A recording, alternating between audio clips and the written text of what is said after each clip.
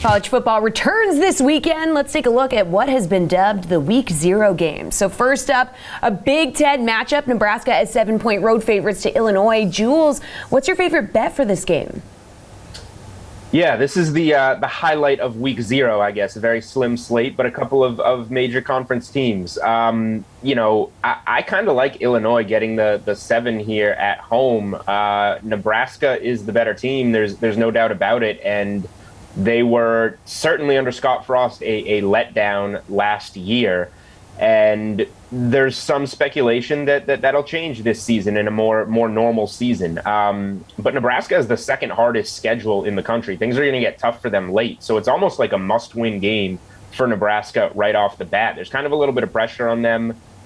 This number has been shrinking during the offseason with money coming in on Illinois, and I kind of support it. As long as we're getting it at a touchdown or more, I'll back the Illini here for a small play. All right, Jules, next up is UConn and Fresno State. Fresno is a 27.5-point favorite, but the game total is at 62.5. So what are you looking at in this one?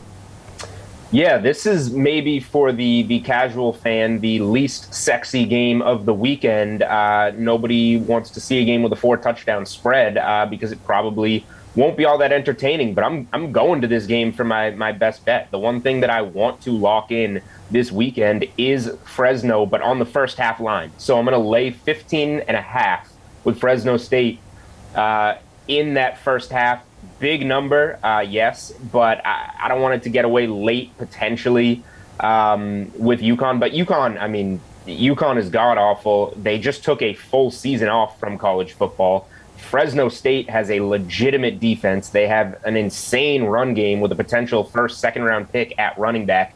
I think they're just going to come out and smash UConn right out of the gates, be up 21-24 at halftime, and really take care of business. All right, Hawaii, a Week 0 staple, is an 18-point underdog in this one to UCLA. So who do you like in this one?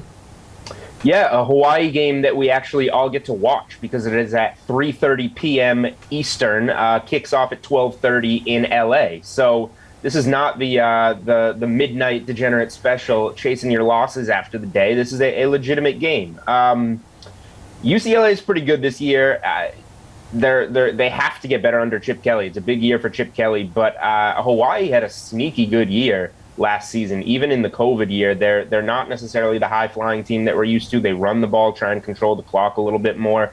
So nothing for me yet on this game, but if I get there, it's either a small play on Hawaii plus 18. UCLA has a little bit of a look-ahead spot to LSU in Week 1, or just playing that under 68 because, sure, Chip Kelly wants to play fast, but Hawaii's probably going to try and slow this game down to keep it close. So it's either the 18 points or the under 68 for me.